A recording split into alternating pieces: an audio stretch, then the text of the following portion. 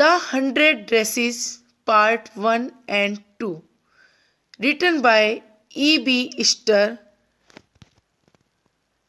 Please like, share and subscribe our channel. It's time to learn everything. Wanda Petronsky, the main character of the story. This was one of my favorite books when I was a kid. ये मेरी सबसे favourite books में से एक थी जब मैं बच्ची थी. But I somehow lost touch with it over the years. लेकिन फिर इसके विषय में इसके बारे में मेरा जो टच था वो छूट गया. मैं भूल गई इसे पढ़कर. This book was originally written in 1944. ये बुक कब पब्लिश हुई थी? 1944 में. लेकिन मुझे कब लगा, मुझे लगा जो इसकी थीम है बुली के ऊपर, उसे देखकर मुझे लगा शायद 60s में ये पब्लिश हुई होगी. I had assumed it was written during the 60s. It does have a rather timeless appeal and all the furor these last few years about bullying.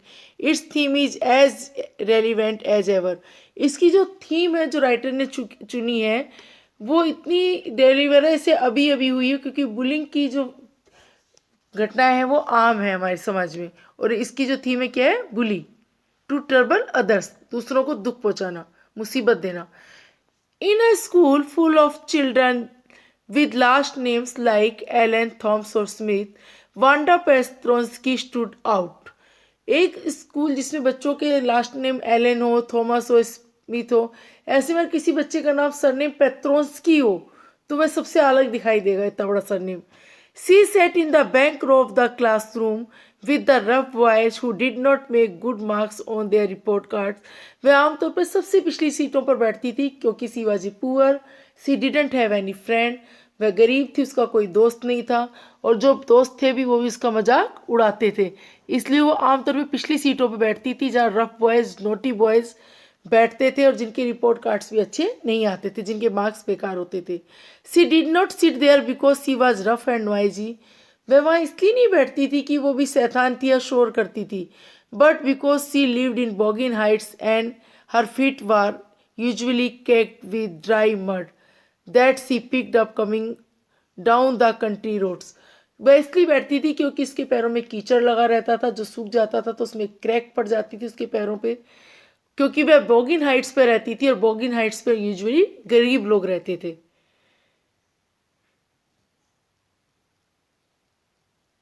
Poor friendless Wanda came to school alone and went home alone. बेचारी गरीब Wanda अकेली आती थी और अकेली जाती थी. She always wore a blue faded dress that didn't have right it. It was clean but it looked as though it had never been iron properly. उसके पास एक ब्लू फेडेड ड्रेस थी जो गंदी थी और कभी भी ऐसा देख के लगता नहीं था कि उसे आयरन किया गया, प्रेस किया गया. This fact may or may not have been enough to get her picked out, but Wanda did not help matters when she opened her mouth and told the other girls that she had 100 dresses all lined up in my closet.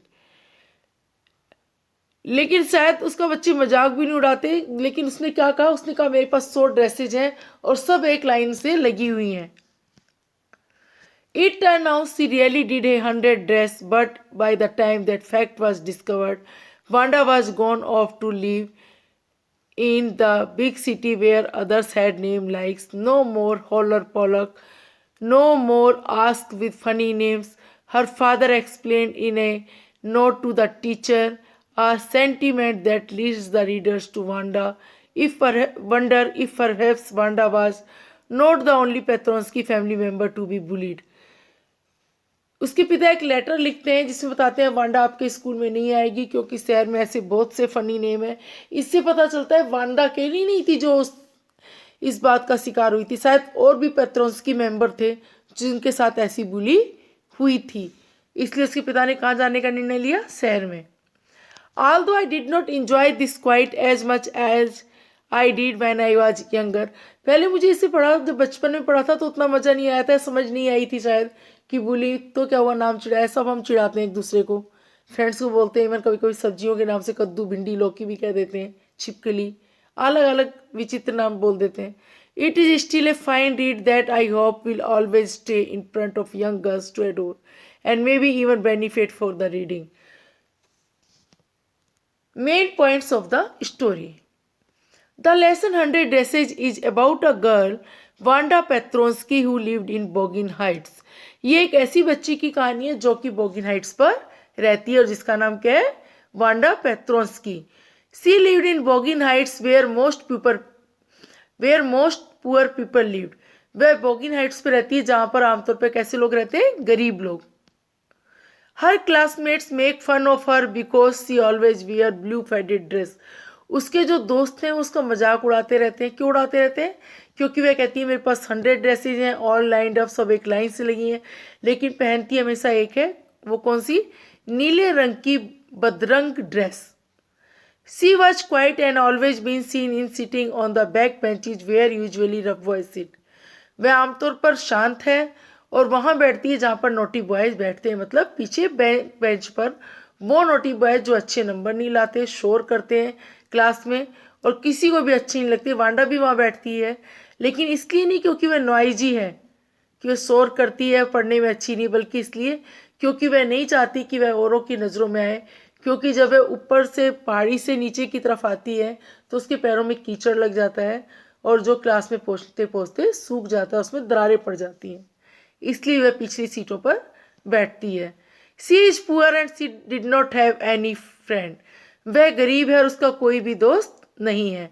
The truth of 100 dress unveiled when she submitted her 100 drawings in a drawing contest. जब वह एक drawing contest में अपनी 100 drawing submit करती है तब पता चलता है कि वह झूठ नहीं बोल रही थी. All the 100 dresses are immensely beautiful. सारी 100 की 100 ड्रेसेस बहुत ज़्यादा खूबसूरत थी. Miss Mason announced Jack Beggles won the boys and Wanda for girls. Miss Mason बताती हैं कि जैन बैगलेस जो वांडा का भाई है उसने बॉयज का जो कंपटीशन था वो जीता और वांडा ने गर्ल्स का. Word meaning of the chapter. Dress, पोशाक. रफ बॉयज, नोटी बॉयज, शैतान लड़के. Bullish, trouble others. This the theme of the story is bully. इस कहानी की जो थीम है वो क्या है? बुली है. दूसरों को कष्ट देना, नुकसान पहुंचाना. एक्सक्लेम्ड, सरप्राइज्ड, आश्चर्यचकित हो जाना. Nude, a gentle push. जैसे कभी कभी हम नहीं चल रहे थे, मम्मी हल्का सा धक्का देती, चल जल्दी जल्दी, इस तरह. अ जेंटल पुश, जैसे हाथ नहीं अपने बच्चे को दे रही है. To have fun with her, tease her. All the children have fun with Wanda. सब बच्चे वांडा का मजाक उड़ाते रहते हैं. Pretty, beautiful. If you have any question regarding to this chapter, you can write in the comment box. इस chapter से related अगर कोई भी क्वेश्चन आपको पूछना है, उसका आंसर आप चाहते हैं तो प्लीज कमेंट बॉक्स में लिख दीजिए. द 100 ड्रेसेस के question answer, who, where, what, when, why, how, ये सब के सब जो आपके मन में जिज्ञासा है कि कैसे क्या हुआ, इससे रिलेटेड कोई क्वेश्चन है तो वो आप कमेंट बॉक्स में पूछ सकते हैं. और इस पार्ट की जो एक्सरसाइज और क्वेश्चन आंसर है वो अगले वीडियो में हम करेंगे. अगर आपने अभी भी हमारा चैनल सब्सक्राइब नहीं किया तो please like, share and subscribe our channel. It's time to learn everything. Bye bye.